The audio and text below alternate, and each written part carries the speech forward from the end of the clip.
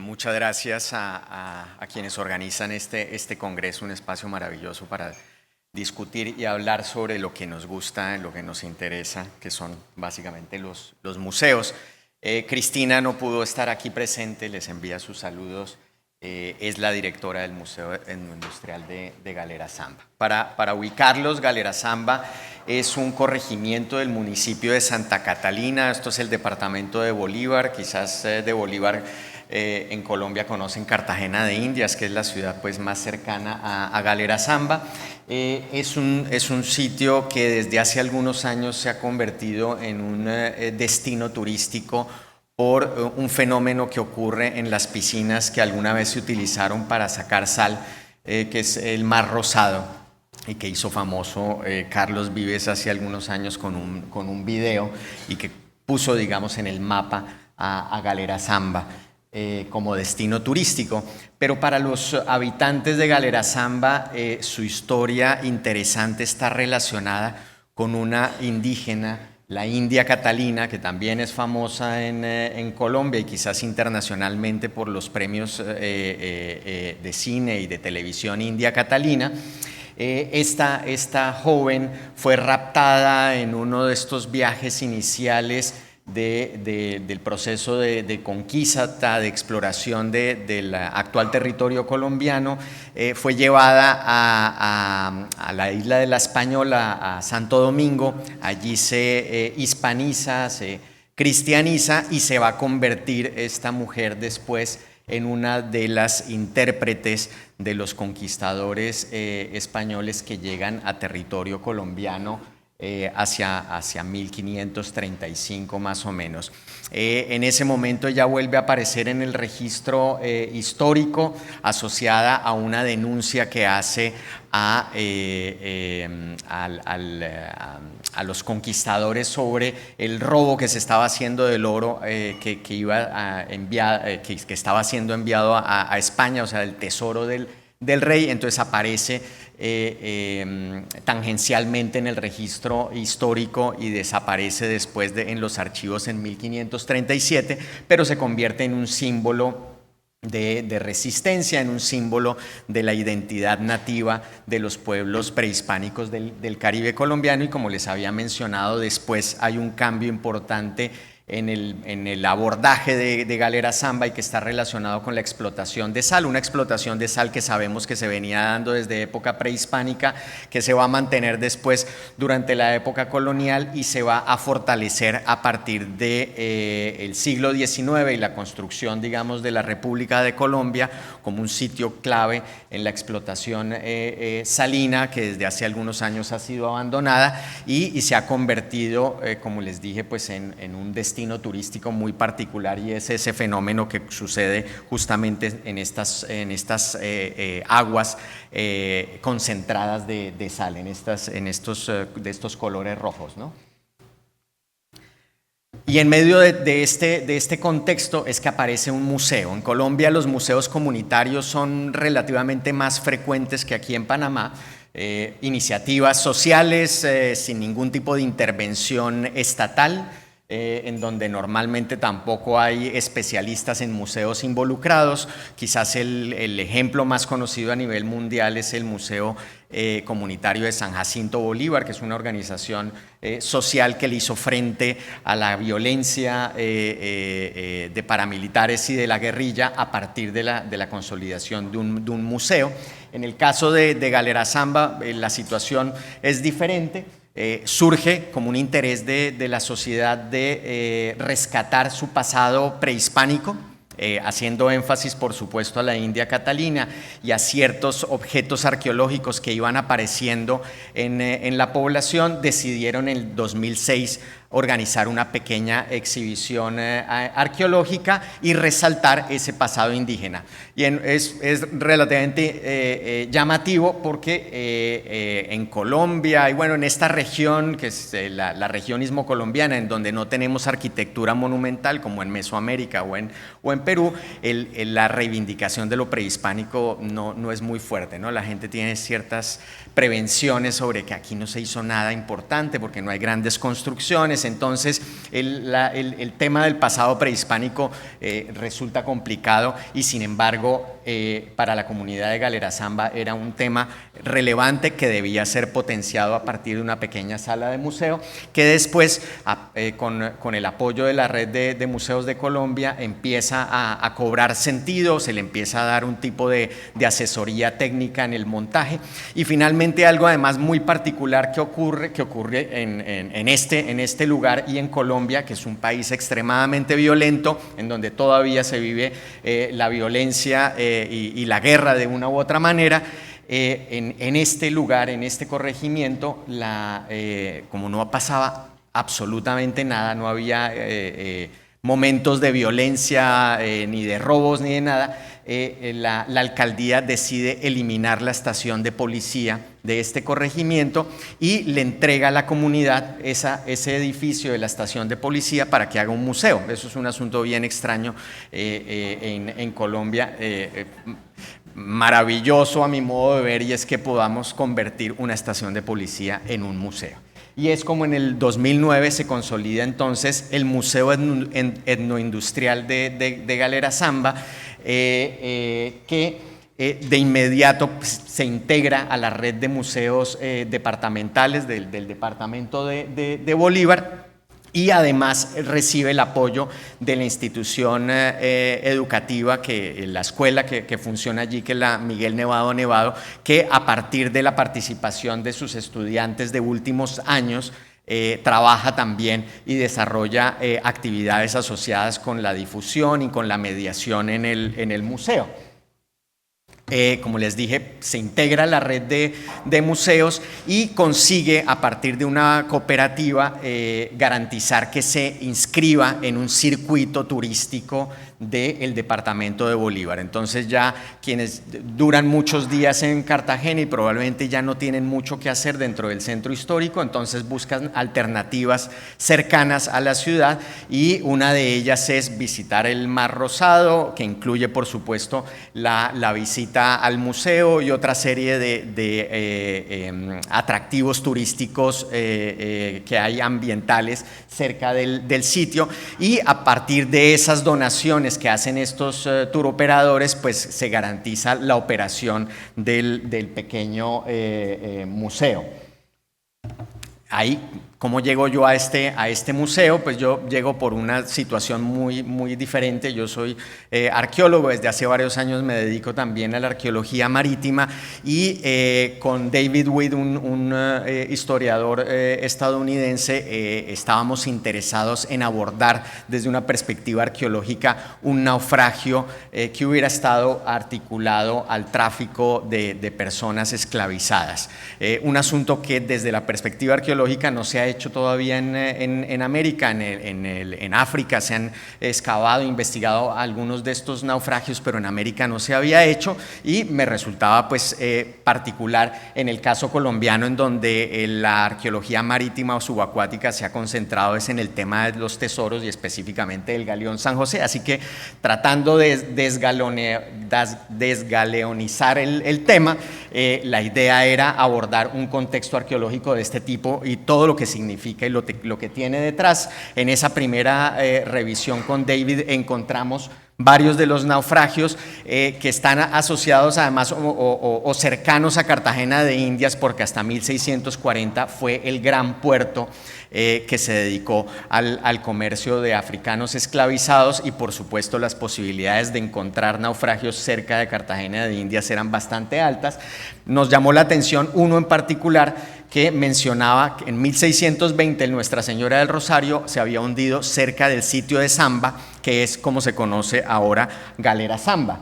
Y por eso el interés entonces de acercarme a ese lugar y ver qué era lo que estaba pasando. Yo realmente ni siquiera sabía que existía el museo, y así es como llegamos, pero llegamos también de una manera distinta, y es a partir de una beca de investigación que nos ofreció la Embajada de los Estados Unidos, que seguramente ahora no nos daría el dinero para hacer exactamente este mismo trabajo, que fue el de arqueología pública y el de difundir una parte de la historia que cuando en la primera visita que hice al museo no estaba muy clara, y era la presencia africana en el Caribe colombiano. Se reivindicaba el pasado indígena, después pasaba la explotación industrial de sal, pero había una parte de la historia que no estaba y me llamaba la atención. Entonces hicimos una serie de actividades muy distintas para todo el público estudiantil, un poco más de 200 estudiantes de todos los grados. Hicimos un trabajo previo con el rector del colegio, con los profesores de ciencias sociales particularmente, y después con los distintos niños y niñas que hacen parte del colegio, atendiendo actividades con Pedro Albarracín y con Daniela Vargas, colegas míos allí en Colombia. Y además desarrollamos una serie de actividades con los pescadores artesanales y las cooperativas de pescadores y con los grupos comunitarios, logrando identificar lo que particularmente a nosotros nos interesaban, que eran naufragios, por supuesto, en las costas de Galera Zamba. Encontramos 4 naufragios, todos ellos muy interesantes, y uno que probablemente podría estar relacionado con Nuestra Señora del Rosario, y 2 sitios arqueológicos que no estaban reportados y que pudimos documentar y georreferenciar. Pero aparte de eso, pues nos encontramos con el museo, y un museo pues que se había hecho a pulso, que se había hecho de una manera comunitaria, con esfuerzo y con muchas ganas, pero probablemente con poca asesoría técnica. Entonces había serios problemas con la colección, en conservación, en restauración. La colección no estaba registrada en Colombia. Para que las colecciones sean legales deben estar registradas ante el Instituto Colombiano de Antropología e Historia. Esta colección no estaba registrada, y ese es un paso importante para conseguir el reconocimiento por parte del Ministerio de Cultura como entidad museal. Entonces, si la colección no estaba registrada, había un problema allí. Entonces lo que hicimos fue, vamos a apoyar al museo con el registro de la colección. En las tardes, hacíamos en la mañana toda la parte de arqueología pública, y en la tarde nos íbamos al museo a hacer todo el trabajo de conservación, restauración y registro de la colección. Y después pues nos dimos cuenta que el museo pues estaba en unas condiciones que no eran muy buenas. Habían pasado ya un poco más de 12 años del montaje inicial, un apoyo que había hecho la Universidad Jorge Tadeo Lozano de esta exhibición, pero que habían utilizado pues unos materiales que con el calor, con la humedad, con la salinidad que hay allí, habían perdido su calidad, y por supuesto había algunos textos y alguna información que podía mejorarse a partir de una nueva investigación. Nosotros, para hacer el diseño de las actividades de arqueología pública, lo que hicimos fue investigar sobre la India Catalina, investigar sobre la explotación de sal en Galera Zamba, sobre la presencia africana en el Caribe colombiano, y a partir de eso entonces construimos un guión que discutimos y conversamos con la gente. Y así fue como finalmente se dio pues la renovación, en donde incorporamos también estudiantes de diseño gráfico de la Universidad del Norte, que participaron activamente en todo lo que tiene que ver con la presentación de los diseños y de la estética que se quería manejar en el museo. No se impuso, sino que fue un trabajo justamente con la comunidad, que decidieron qué colores querían, qué tipos de letra. O sea, no queríamos imponer nuestra estética, sino finalmente lo que era su museo, así que era como ellos querían que quedara el museo, siguiendo ciertos lineamientos. Y uno de ellos, que igual, insisto, no quisimos imponer, pero que estaba pendiente en el museo, era justamente el de la presencia africana. Cuando se dieron cuenta de lo que significó finalmente el tema del tráfico de africanos esclavizados en América, y el impacto que tuvo en esta región, entendieron que ese era un tema que debía incorporarse allí. Revisamos con mucho cuidado, y a partir de varios talleres con los líderes comunitarios, qué era lo que debía aparecer en esos textos, de qué manera abordarlo. Era parte también de la historia, y no solamente la India Catalina, y que considerábamos que era importante, pero insisto, sin querer imponerlo, y finalmente pues conseguimos que esta información quedara allí. y que hiciera parte pues de la exhibición. La exhibición cambió, como lo vieron, a partir del dinero que nos dieron se pudieron cambiar los paneles informativos, las vitrinas también, cambió la cara y por supuesto ese cambio de cara le dio nueva vida a la exhibición, apareció en mucha prensa, se ha vuelto a posicionar dentro de la red de museos y esperamos que el año que viene pueda ser reconocido por parte del Ministerio de Cultura de Colombia como una entidad museal. Ya, simplemente, ya para cerrar, que se acabó el tiempo, agradecer a las instituciones que apoyaron este proyecto, esta iniciativa que no ha terminado, que es un proyecto que sigue, que por supuesto los museos comunitarios tienen mucho más que hacer, tienen mucha más actividad y la idea es de una u otra manera que desde aquí ahora, desde el CIAC podamos seguir apoyando estas iniciativas comunitarias y garantizar que la gente se apropie de su patrimonio, lo conserve, lo defienda y lo difunda para las futuras generaciones. Muchas gracias. Agradecemos al doctor Juan Guillermo Martín por compartir esta experiencia y ahora pues inicia el periodo de preguntas del público. Pueden levantar la mano, si van a intervenir, se ponen de pie. A ver, ¿alguna pregunta? No hay preguntas. ¿No hay preguntas? Acá hay una pregunta. Por favor, se pone de pie, señora Adriana. No sé si es que me ponga de pie, es una aclaración que es de curiosidad. ¿La red de museos de Colombia es una red estatal? ¿Es una institución estatal? La respalda el Ministerio de Cultura, efectivamente, y la preside el Museo Nacional de Colombia. La preside. Y ese registro de colecciones del que hablas, ¿es para toda clase de colecciones o solamente materiales arqueológicos? Para lo arqueológico, el Instituto Colombiano de Antropología e Historia. Las otras colecciones no necesariamente tienen que estar registradas. Lo paleontológico, por ejemplo, sí, depende ahora del Servicio Geológico Nacional, con una nueva ley reciente.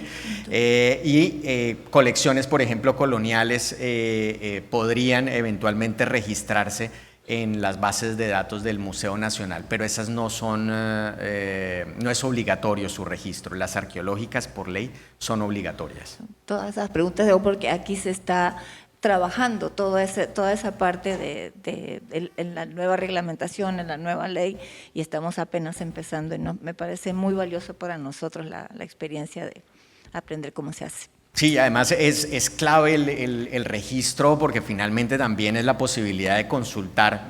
Todas estas bases de datos están disponibles en línea, entonces la gente puede consultar las colecciones. En el caso del Museo Nacional, parcialmente consultables, alguna parte de la colección no está todavía disponible en línea, pero pues es una posibilidad de que uno pueda consultar, por ejemplo, para el desarrollo de una exhibición temporal que yo necesite, no sé, sobre la cultura Malibú en el Caribe colombiano, yo puedo consultar y saber de esa cultura en qué museos hay objetos que eventualmente puedan ser susceptibles de utilizarse en una exhibición temporal.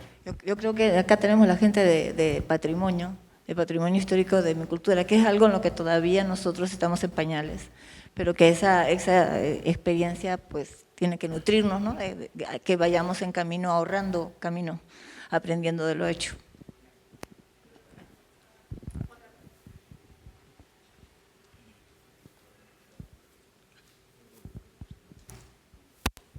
Hola, buenas. Sí, es que quería consultarte si nos podías ampliar un poquito más sobre el tema de cómo se aborda en comunidad el tema de las personas estas que llegaron como esclavos. Porque aquí en Panamá nosotros tenemos pues más conocimiento ya por el trabajo que se ha venido realizando de las personas que vinieron a construir el canal, los que construyeron el ferrocarril, pero no tanto como esa parte de los negros que vinieron como esclavos. Sí, bueno, en el Caribe colombiano hay varios movimientos de afrocolombianos, de raizales, que son, digamos, grupos distintos que se reconocen como descendientes de estos africanos esclavizados que llegaron a América desde temprano siglo XVI. Incluso hay una población que es un antiguo palenque, el palenque de San Basilio, que de alguna manera se reivindica como un pueblo de resistencia digamos, al yugo esclavista de la época colonial, así que es un tema que está bien arraigado dentro de los distintos organizaciones sociales y civiles en general del país, pero particularmente del Caribe colombiano. En el caso particular de Galera Zamba llamaba mucho la atención porque cuando yo llegué a Galera Zamba, lo que yo vi fue población afrocolombiana. Sin embargo, ellos no se reconocían como afrocolombianos, sino como indígenas descendientes de la India catalina. Pues resultaba obviamente pues muy llamativo este asunto, porque pues al final cómo me autopercibo, cómo se autopercibe esta población. Sabían, por supuesto, del tráfico de africanos esclavizados, conocían parte de esa historia, pero no sentían necesaria que esa historia estuviera representada en el museo porque era algo que no los había tocado directamente. Cuando empezamos las actividades de los talleres, donde hicimos énfasis, por supuesto, en los niños, pero también trabajamos con los líderes comunitarios y con adultos, empezaron a entender que lo africano también tenía una fuerte influencia y que a lo mejor, aunque no nos sintiéramos identificados como afrodescendientes, lo afro estaba bien representado en la música del Caribe y muy bien representado también en la gastronomía, por ejemplo. Entonces entendieron que de una u otra manera esa presencia estaba allí presente y era necesaria, por supuesto, difundirla de alguna manera o hacerla más visible dentro de la exhibición. Pero eso fue un asunto largo, o sea, eso tomó varios meses, o sea, el diseño y los textos con la comunidad, eso tomó varios meses de discusión para exactamente saber qué era lo que debía ir allí, basados en nuestras investigaciones y lo que habíamos preparado para los talleres y la retroalimentación que también ellos tenían y sobre todo los recuerdos y las tradiciones orales que tenían relacionadas con su historia y que también debían estar representadas en el guión. O sea, no solamente impongo, porque yo soy arqueólogo, entonces yo digo lo que debe ir ahí, sino ellos también tenían una percepción de ese pasado que podía ser integrada también al guión museográfico que finalmente quedó reflejado en la sala del museo.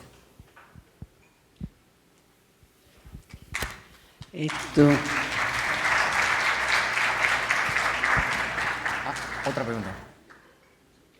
Una pregunta que va relacionada con la pregunta que hizo la joven, que hay una relación muy cercana entre la historia de Portobelo y la historia de Cartagena, pero nosotros no lo tratamos como una sola historia. Entonces también en Panamá se da mucho más énfasis al comercio, a los galeones, la feria, y muy poco se habla de la feria de esclavos y la venta de esclavos. Entonces me interesa mucho si nos puede hablar un poquito más sobre la arqueología subacuática en cuanto a qué es lo que ha encontrado respecto al negocio de africanos esclavizados, para compartirlo con nosotros, porque también el tema de la arqueología subacuática y naufragios entre Portobelo y Colombia es muy poco conocido. Sí, efectivamente, Charlotte, es un tema que no ha sido abordado desde una perspectiva arqueológica. En Colombia, una experiencia muy puntual en el Palenque de San Basilio.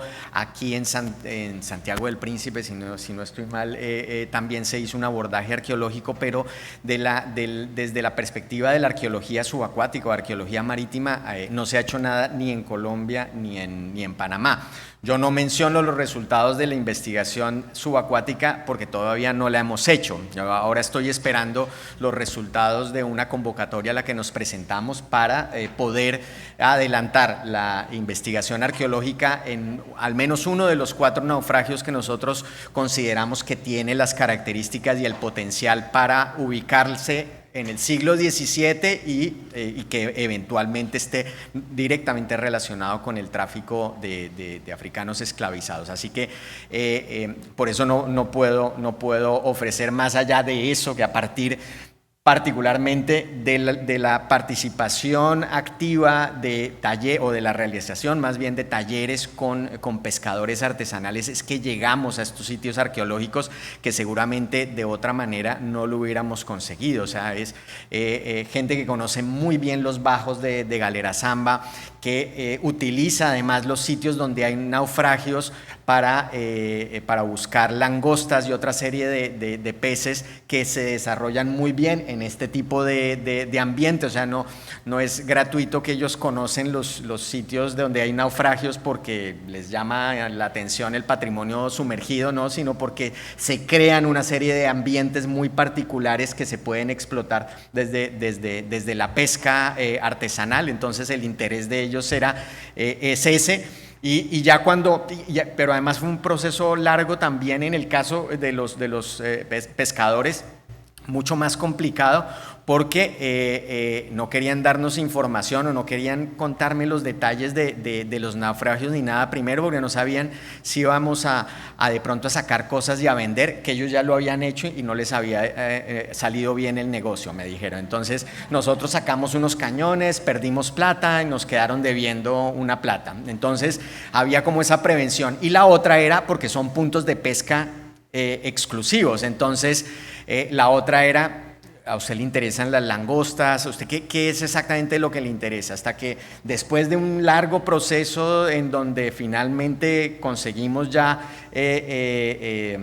como reforzar una relación realmente de amistad, y entendieron que era lo que nos interesaba desde la arqueología y que eventualmente ellos se podrían ver beneficiados, empezaron entonces a ofrecernos ya la información sobre los distintos naufragios y llegamos a este que les menciono, que tiene, digamos, un alto potencial para poder ser estudiado y relacionado directamente con el tráfico de africanos en América.